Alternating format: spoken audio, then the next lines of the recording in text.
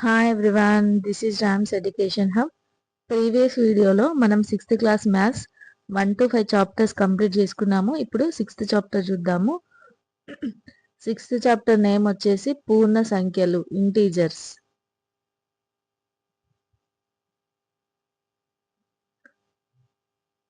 మనం first chapter second చాప్టర్లో ఏం గురించి నేర్చుకున్నాం? న్యాచురల్ నెంబర్స్, హోల్ నెంబర్స్ గురించి తెలుసుకున్నాం కదా.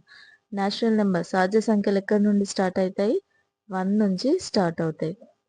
అదే పూర్ణాంకాలు, హోల్ నెంబర్స్ అయితే ఎక్కడి నుండి స్టార్ట్ అవుతాయి? 0 దగ్గర నుండి స్టార్ట్ అవుతాయి. ఇప్పుడు మనం చెప్పుకోబోయేది ఏంటంటే పూర్ణ సంఖ్యలు.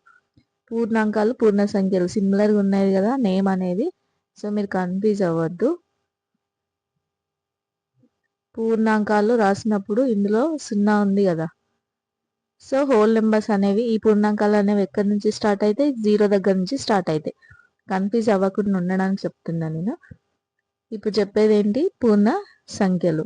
పూర్ణ సంఖ్యల్లో ఏమేమి ఉంటాయంటే ధన సంఖ్యలు, రుణ సంఖ్యలు మరియు 0.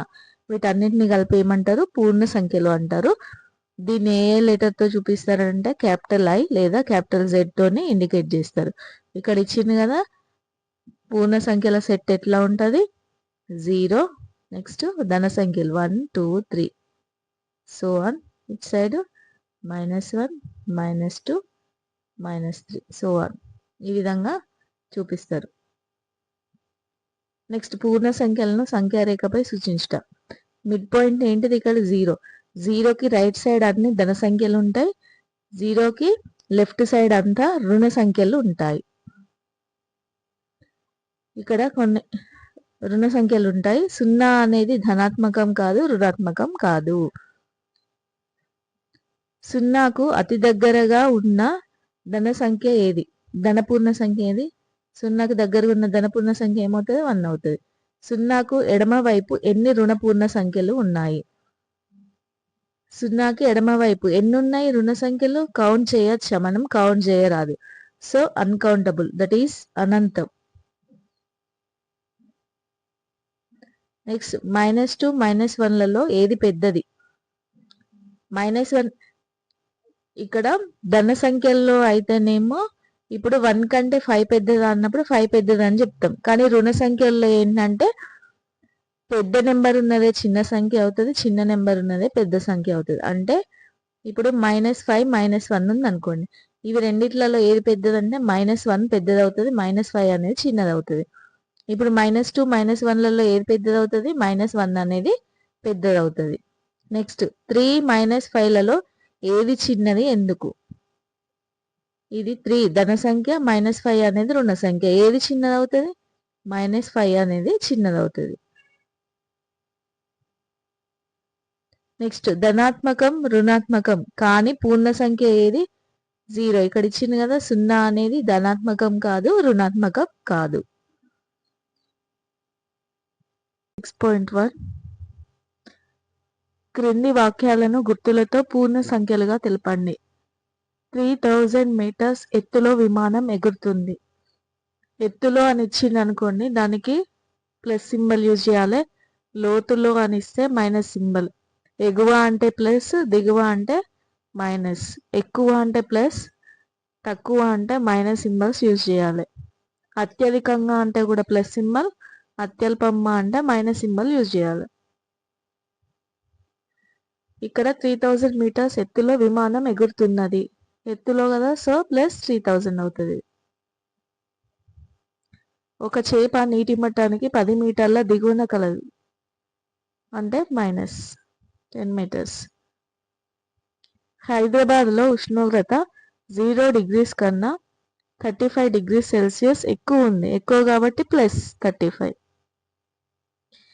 0 degrees సెంటీగ్రేడ్ ఉష్ణోగ్రత వద్ద నీరు ఘనీభవిస్తుంది. ఇక్కడ ఎక్కువ అనివ్వలేదు, తక్కువ అనివ్వలేదు, కాబట్టి ఏమవుతుంది? 0 degrees Celsius అవుతుంది. నెక్స్ట్ రిమైనింగ్ మీరు చేయండి. ఏవైనా 5 రుణపూర్ణ సంఖ్యలను, ఏవైనా 5 ధనపూర్ణ సంఖ్యలను సంఖ్యారేఖపై ఈ నెంబర్స్ని గుర్తించండి. ఇవన్నీ స్కిప్ చేసేయండి. ట్రూ ఆర్ ఫాల్స్ స్టేట్మెంట్స్ ఇచ్చిందా అవేంటో చూద్దాం ఇప్పుడు. సంఖ్యారేఖపై -7 సంఖ్య -6కు కుడివైపున ఉంటుంది. -1, -2, -3, -4, -5, -6, -7.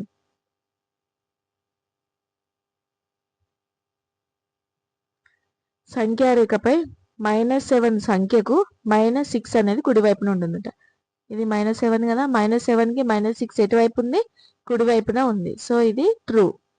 నెక్స్ట్ 0 అనేది ధనపూర్ణ సంఖ్య. ఇంతకుముందే చెప్పుకున్నాం కదా మనం, 0 ధనపూర్ణ సంఖ్య కాదు, అట్లానే రుణపూర్ణ సంఖ్య కూడా కాదు. సో ఇది ఫాల్స్. ఇది సంఖ్యారేఖపై 0కు కుడివైపున గల సంఖ్య. అంతే కదా, 0, 1, 2, 3, 4, 5, 9 ఇది కుడివైపున ఉంది కదా. సో ఈ స్టేట్మెంట్ ట్రూ. నెక్స్ట్ -1 అనే పూర్ణ సంఖ్య -2నకు 0కు మధ్యలో ఉంటుంది. అంతే కదా, -1, -2. -1 అనేది వేటి మధ్యలో ఉంది? -2, 0ల మధ్యలో ఉంది. సో ఇది కూడా ట్రూ. నెక్స్ట్ పూర్ణ సంఖ్యల క్రమం. ఇక్కడ మిడ్ పాయింట్ ఏంటిది? 0 కదా. ఇటు సైడ్ అన్ని ధనపూర్ణ సంఖ్యలు ఉన్నాయి, ఈ ఎడమ సైడ్ అన్ని రుణపూర్ణ సంఖ్యలు ఉన్నాయి. సో కుడివైపుకు వెళ్తున్న కొద్దీ ఏంటంటే సంఖ్యల యొక్క విలువ అనేది పెరుగుతూ ఉంటుంది, ఎడమ వైపుకు వెళ్తున్న కొద్దీ సంఖ్యల యొక్క విలువ అనేది తగ్గుతూ ఉంటుంది. అంటే 1 కంటే 2 పెద్దది, 2 కంటే 3 పెద్దది, 3 కంటే 4 పెద్దది. వాల్యూ అనేది పెరుగుతూ పోతుంది. అదే ఇప్పుడు ఎడమ సైడ్ వచ్చినాం అనుకోండి, -1 కంటే -2 అనేది చిన్నది, -2 కంటే -3 అనేది చిన్నది, -3 కంటే -4 అనేది చిన్నది. ఇప్పుడు వీటిని యూజ్ చేసి నెక్స్ట్ ఎక్సర్సైజ్ చూద్దాము. Exercise 6.2 greater than less than symbols use చేయడం ఇచ్చిండు. ఇక్కడ -1, 0 ఏది పెద్దది? 0 పెద్దది. -3, -7లో ఏది పెద్దది? -3 అనేది పెద్దది. నెక్స్ట్ -10 +10లో ఏది పెద్దది? 10 అనేది పెద్దది. రిమైనింగ్ అట్లనే చేయండి. నెక్స్ట్ కింది పూర్ణ సంఖ్యలను ఆరోహణ అవరోహణ క్రమాల్లో రాయండి. ఆరోహణ అంటే ఏంటి? చిన్నది నుంచి పెద్దది. అవరోహణ అంటే పెద్ద నుంచి చిన్నకి. ఇప్పుడు ఫస్ట్ వన్ ఏముంది? -7, 5, 3. ఫస్ట్ ఆరోహణ క్రమం రాస్తాం. ఆరోహణ క్రమం అంటే చిన్న నుంచి పెద్ద. ఇందులో చిన్నది ఏదైద్ది? -7 అనేది చిన్నది అవుతుంది. నెక్స్ట్ -3, 5. అవరోహణ క్రమంలో పెద్ద నుంచి చిన్న వరకు, అంటే 5 పెద్దది, తర్వాత -3 పెద్దది, తర్వాత -7 అనేది పెద్దది.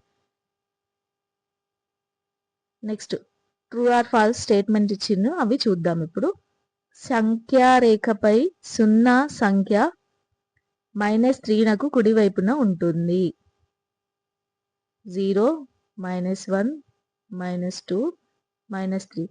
-3కి కుడివైపునే కదా 0 ఉన్నది. సో స్టేట్మెంట్ అనేది ట్రూనా ఫాల్సా? ట్రూ. -12 మరియు +12 అనేవి సంఖ్యారేఖపై ఒకే బిందువును సూచిస్తాయి. అవునా? కాదు, ఫాల్స్. -12 అనేది రుణపూర్ణ సంఖ్య అయితే +12 అనేది ధనపూర్ణ సంఖ్య అవుతుంది. ప్రతి ధనపూర్ణ సంఖ్య 0 కంటే పెద్దది. అంతే కదా, ప్రతి ధనపూర్ణ సంఖ్య అనేది 0 కంటే పెద్దది. ట్రూ. -5 is greater than 8. ఇవి రెండిట్లలో 8 పెద్దది కదా. ట్రూ. Next -100 less than +100. ఇది false. Next -1 is less than -8. ఇది కూడా ఫాల్స్. నెక్స్ట్ దిగువనివ్వబడిన సంఖ్యల మధ్యన గల పూర్ణ సంఖ్యలను తెలపండి, వాటిని సంఖ్యారేఖ పైన గుర్తించండి. ఇది అవసరం లేదు, ఈజీనే కదా, స్కిప్ చేసేయండి. -1కి 1కి మధ్యలో ఏముంటుంది? 0 ఉంటుంది. -5కి 0కి మధ్యలో -4, -3, -2, -1 ఉంటుంది. నెక్స్ట్ ఒకరోజు సిమ్లాలో ఉష్ణోగ్రత -4 డిగ్రీ సెల్సియస్, అదే రోజున కుఫ్రీలో -6 డిగ్రీ సెల్సియస్గా నమోదైనది. అయినా ఆ రోజు ఏ నగరంలో అత్యంత చలిగా ఉన్నది? ఎలా? -4, -6 ఇవి రెండిట్లలో ఏది చిన్నది? అంటే టెంపరేచర్ తక్కువ అవుతా ఉంటే మనకు చలి అనేది పెరుగుతుంది కదా. సో ఇవి రెండిట్లలో చిన్నది ఏది? -6 అనేది చిన్నది అవుతుంది. సో ఈ ప్లేస్లో చలి అనేది ఎక్కువగా ఉంటుంది. నెక్స్ట్ పూర్ణ సంఖ్యల సంకలనం మరియు వ్యవకలనం చూద్దాం ఇప్పుడు. సంఖ్యారేఖపై పూర్ణ సంఖ్యల సంకలనం ఇచ్చారు. అదేంటంటే 2 + 3 యాడ్ చేయడానికి 2ని తీసుకొని దానికి 3ని యాడ్ చేసినప్పుడు ఏమైతుంది 5 అయింది. అంటే సంఖ్యారేఖపై మనము కుడివైపుకు కదులుతాం. ఒకవేళ సబ్ట్రాక్షన్ అనుకోండి, -4 -3 అనుకోండి, -4కి -3 యాడ్ చేస్తే -7 అయింది. అప్పుడు సంఖ్యారేఖపై మనము ఎడమ వైపుకు జరుగుతాం. ఒకవేళ +6 -2 అనుకోండి, ఫస్ట్ +6 తీసుకొని దానిలో నుంచి 2 తీసేస్తాం. అంటే ఫస్ట్ కుడి వైపుకు కదిలి 6 స్థానాలు, తర్వాత 2 స్థానాలు ఎడమ వైపుకు కదులుతాం. అప్పుడు ఆన్సర్ ఏమొస్తుంది 4 వస్తుంది. నెక్స్ట్ -5 మరియు +3ని కలుపుదాం. అప్పుడు ఏంటంటే 0 దగ్గర నుంచి ఎడమ వైపుకి వెళ్తే -5 వస్తుంది కదా. ఆ -5కి 3ని యాడ్ చేయడము అని అంటే -2 వస్తుంది. అంటే కుడి వైపుకు వెళ్తాం. నెక్స్ట్ ఇక్కడ 3కి -3ని కలపడం. ఫస్ట్ 3 తీసుకుందాం కదా, కుడివైపుకు 3 స్థానాలు జరుగుతాం. మళ్ళీ 3ని తీసేయడం అంటే ఎడమ వైపుకు 3 స్థానాలు కలుపుతాం. అప్పుడు ఏమొచ్చింది ఆన్సర్ 0 వచ్చింది. ఈ విధంగా ఏవైనా 2 వేరు సంఖ్యల మొత్తం 0 అయినా వాటిలో ఒక దానిని మరొక దానికి సంకలన విలోమం అంటారు. సంకలన విలోమం అంటే ఏంటంటే అవి రెండింటిని యాడ్ చేసినప్పుడు వాటి వాల్యూ అనేది 0 రావాలి. ఇప్పుడు 7 యొక్క సంకలన విలోమం ఏమవుతుంది -7 అవుతుంది. ఎందుకంటే 7కి -7ని కలిపినప్పుడు ఏమైతుంది 0 అయింది. -8 యొక్క సంకలన విలోమం ఏమైంది 8 అవుతుంది. ఇక్కడ కొన్ని ఎగ్జాంపుల్స్ ఇచ్చింది, వాటి గురించి ఎక్స్ప్లెనేషన్ నేను మీకు క్లియర్గా చెప్తాను. ఇప్పుడు మనము ఒక ప్లస్ అంటే ఒక ధన గుర్తు ఒక రుణ గుర్తు ఉన్నప్పుడు అవి రెండింటిని అడిషన్ చేసినప్పుడు అంటే సంకలనం చేసినప్పుడు అవి ఏ విధంగా రూపాంతరం చెందుతావు అనేది ఇక్కడ ఉన్న ఎగ్జాంపుల్స్. అదేంటంటే ఇప్పుడు 2 ప్లస్ ఉన్నాయి అనుకోండి, అది ప్లస్సే అవుద్ది. 2 మైనస్ ఉన్నాయి అనుకోండి, అది మైనస్ అవుద్ది. ఒకటి ప్లస్ ఒకటి మైనస్ ఉందనుకోండి, పెద్ద సంఖ్యలో నుంచి చిన్న సంఖ్యను తీసేసి పెద్ద సంఖ్యకి ఏదైతే గుర్తుంటుందో దాన్ని ఆ నెంబర్కి పెట్టాలి. ఎగ్జాంపుల్స్ చూద్దాం. ఇప్పుడు +2 +3 ఉందనుకోండి, ఇవి రెండింటిని కలిపితే ఏమొస్తుంది 5 వస్తుంది. 2 + 3 అన్నా కూడా ఇక్కడ ముందు ఏం సింబల్ లేదంటే దాని అర్థం ప్లస్ ఉందని అర్థం. ఓకేనా. ఇప్పుడు 2 + 3 ఏమవుతుంది 5 అవుతుంది కదా. ఈ 5 ముందు ఏం లేదంటే ప్లస్ అనే సింబల్ ఉందనే అనుకోవాలి.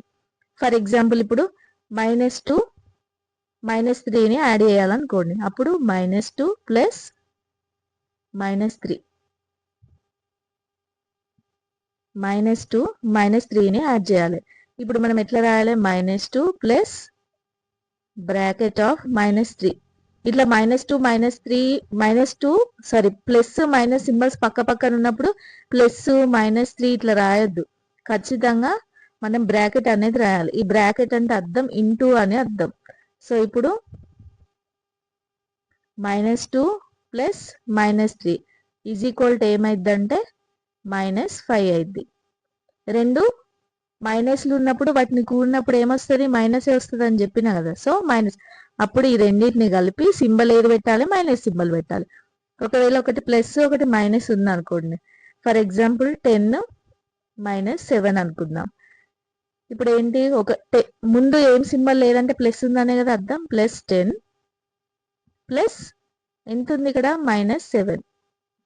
అప్పుడు ఏమైంది ఒకటి ప్లస్ ఉంది ఒకటి మైనస్ ఉంది. ఇవి రెండింటిని కూడినప్పుడు ఏం చెప్పినా పెద్ద దానిలో నుండి చిన్న సంఖ్యను తీసేసి అంటే 10ల నుండి 7 తీసేసి ఎంత 3. పెద్దదానికి ఏదైతే గుర్తుందో అది గుర్తు పెట్టాలి. ఏముంది ఇక్కడ ప్లస్ గుర్తుంది. సో ఆన్సర్ ఏమైంది +3 అయింది. ఒకవేళ 17 ఉంది -17 ఉంది, దీనిలో నుంచి దీనికి 10ని కలపాలి. అప్పుడు ఏమొస్తుందో చూద్దాం. -17 + 10. ఇక్కడ ఒకటి ప్లస్ ఉంది ఒకటి మైనస్ ఉంది కదా. అప్పుడు ఏం చేయాలి పెద్దదానిలో నుంచి చిన్నదాన్ని తీసేసి అంటే 17లో నుంచి 10 తీసేస్తే ఎంత 7 అయింది. పెద్దదానికి ఏదైతే సింబల్ ఉందో అది పెట్టాలి. పెద్దదానికి ఏం సింబల్ ఉంది మైనస్ సింబల్ ఉంది. సో ఇప్పుడు ఇక్కడ ఏమైంది -7 అనేది అవుతుంది. అదేవిధంగా ఈ ప్లస్ మైనస్ సింబల్స్ మల్టిప్లికేషన్స్ లో యూజ్ చేసినప్పుడు అవే విధంగా ఫామ్ అయితే చూద్దాము.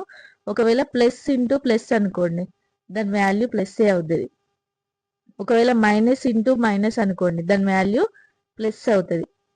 ప్లస్ ఇంటూ మైనస్ అయినా దాని వాల్యూ మైనసే మైనస్ ఇంటూ ప్లస్ అయినా కూడా దాని వాల్యూ మైనసే అవుతుంది.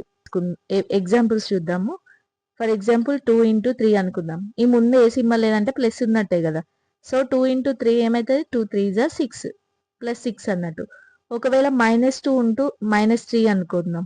-2 ఇంటూ -3 2 3 6 మైనస్ ఇంటూ మైనస్ ఏమైంది? ప్లస్ అయింది, ప్లస్ 6 అవుద్ది. ఒకవేళ -2 ఇంటూ 3 అనుకుందాం. అప్పుడు 2 3 6 మైనస్ ఇంటూ ప్లస్ ఏమైంది? మైనసే అవుతుంది. ఒకవేళ 2 ఇంటూ -3 అనుకుందాం. అప్పుడు ఏమైంది? 6 ఇక్కడ ప్లస్ మైనస్ ఏమవుతుంది? ప్లస్ ఇంటూ మైనస్ మైనస్ అవుతుంది, -6 అవుద్ది ఆన్సర్. ఈ విధంగా మల్టిప్లికేషన్స్లో ప్లస్ మైనస్ వచ్చినప్పుడు అవి ఎట్లా కన్వర్ట్ అవుతాయి అంటే ఈ విధంగా కన్వర్ట్ అయితే వీటిని గుర్తుపెట్టుకోవాలి. Next exercise 6.3. క్రింద పూర్ణ సంఖ్యలను సంఖ్యారేఖ సహాయంతో కలపండి. సంఖ్యారేఖ సహాయంతో అవసరం లేదు, జస్ట్ మనం అడిషన్స్ చేసుకుంటే అయిపోద్ది. సంకలనం చేయండి. బిట్టు చూద్దాము. 120 సంకలనం చేయండి అన్నది కదా. 120 ప్లస్ -274. ఒకటి ప్లస్ ఒకటి మైనస్ ఉన్నప్పుడు ఏం చేస్తాం? పెద్ద దానిలో నుంచి చిన్నదాన్ని తీసేసి పెద్దదానికి ఏదైతే సింబల్ ఉందో దాన్ని పెట్టాలి కదా, అంతే కదా. ఇప్పుడు పెద్దది ఏముంది ఇక్కడ? 274 ఉంది. 274లో నుండి 120 తీసేయాలి. పెద్ద నెంబర్ ఎక్కడుంది? ఏముంది? 274 కదా. దీనిలో నుంచి 120 తీసేస్తే అప్పుడు ఏమైంది? 4 5 1 154 వస్తుంది కదా. 154 పెద్దదానికి ఏదైతే సింబల్ ఉందో అది పెట్టాలి. పెద్ద దానికి ఏం సింబల్ ఉంది ఇక్కడ? మైనస్ సింబల్ ఉంది కదా. సో ఇది -154 అవుతుంది. అదేవిధంగా మిగిలిన చేయండి. నెక్స్ట్ సూక్ష్మీకరించండి. ఇందులో ఫస్ట్ వన్ ఏముంది? -6 ప్లస్ -10 ప్లస్ 5 ప్లస్ 17. ఇప్పుడు మనం ప్లస్ సింబల్ ఉన్నాయని ఒకసారి యాడ్ చేద్దాం, మైనస్ సింబల్స్ ఉన్నాయని ఒకసారి యాడ్ చేద్దాం. ఇక్కడ ప్లస్ ఇంటూ మైనస్ ఏమైంది? చెప్పినా కదా, ప్లస్ ఇంటూ మైనస్ వచ్చినా మైనస్ ఇంటూ ప్లస్ వచ్చినా కూడా అది ఏమవుతుంది? మైనస్ అవుతుంది. So -6 plus into minus minus కదా, -10. ఇది ప్లస్ 5 ప్లస్ 17 ఏమైంది? 22 అవుతుంది. ఓకేనా. ఇవి రెండు ప్లస్ ఉన్నాయి కాబట్టి అవి రెండింటిని యాడ్ చేయొచ్చు. సో ఇవి రెండు మైనస్ ఉన్నాయి కాబట్టి ఇవి రెండింటిని యాడ్ చేద్దాం. 10 ప్లస్ 6 ఏమవుద్ది? 16 కదా. 16 మైనస్ సింబల్ ఉంది కాబట్టి -16 ప్లస్ 22. ఇప్పుడు ఒకటి ప్లస్ ఒకటి మైనస్ ఉంది కాబట్టి ఏం చేయాలి? పెద్దదానిలో నుంచి చిన్నదాన్ని తీసేసి పెద్దదానికి ఏదైతే సింబల్ ఉందో అది పెట్టాలి. సో 22లో నుంచి 16 తీసేస్తే ఎంత? 6. పెద్దదానికి ఏ సింబల్ ఉంది? ప్లస్ సింబల్ ఉంది కాబట్టి ఆన్సర్ అనేది ఏమవుతుంది? +6 అవుతుంది. రిమైనింగ్ మీరు చేసేయండి. నెక్స్ట్ పూర్ణ సంఖ్యల వ్యవకలనం. ఎక్సర్సైజ్ 6.4 చూద్దాం. కనుగొనండి. 40 - 22 ఉంది. ఇక్కడ ఏం సింబల్ లేకపోతే ప్లస్ ఉన్నట్టేగా. ఒకటి ప్లస్ ఉంది, ఒకటి మైనస్ ఉంది. అప్పుడు ఏం చేయాలి? 40లో నుంచి 22 తీసేస్తే ఏమైంది? 18 అయింది. పెద్దదానికి ఏ సింబల్ ఉంది? ప్లస్ ఉంది. సో ఆన్సర్ ఇస్ +18 అనేది ఆన్సర్ అవుతుంది. అదేవిధంగా మిగిలే. ఓకే, ఇంకొకటి చూద్దాము. 38 -6 38 మైనస్ ఇంటూ ఈ బ్రాకెట్ ఉందంటే దానికి అర్థం ఏంటంటే ఇక్కడ మల్టిప్లికేషన్ అని అర్థం. సో మైనస్ ఇంటూ మైనస్ ఏమవుద్ది? ప్లస్ అవుద్ది కదా, +6. అప్పుడు ఏమైద్ది? ఆన్సరు 44 అవుతుంది. నెక్స్ట్ ఖాళీలను greater than, less than, equal to సరి అయిన గుర్తులతో నింపండి. -4 ప్లస్ -5 ఏమవుతుంది? దీని వాల్యూ -4 ప్లస్ ఇంటూ మైనస్ ఏమైంది? మైనసే కదా, -5. అప్పుడు దీని వాల్యూ ఎంత? -9 అవుతుంది. దీని వాల్యూ ఎంత? -9. ఇప్పుడు దీని వాల్యూ చూద్దాం. -5 -4 -5 మైనస్ ఇంటూ మైనస్ ఏమవుద్ది? ప్లస్ అయింది కదా, +4. అప్పుడు 5లో నుండి 4 తీసేస్తే 1, 5కి ఏ సింబల్ ఉంది? మైనస్ సింబల్ ఉంది కాబట్టి -1. ఇవి రెండు సేమ్ అవుతావా? కాదు. ఇందులో ఏది పెద్దది? -1 అనేది పెద్దది. సో ఇక్కడ ఈ సింబల్ వస్తుంది. రిమైనింగ్ అట్లనే చేసేయండి మీరు. నెక్స్ట్ క్రింది ఖాళీలను పూరించండి. -13కి ఎంత యాడ్ చేస్తే 0 వస్తుంది, 13 యాడ్ చేస్తే 0 వస్తుంది. -16 + 16 ఏమవుతుంది, 0 అవుతుంది. ఇదే విధంగా మిగిలిన అన్ని చేసేయండి. నెక్స్ట్ సూక్ష్మీకరించండి. -6 -5 -12 +2 ఏమవుతుంది, -5.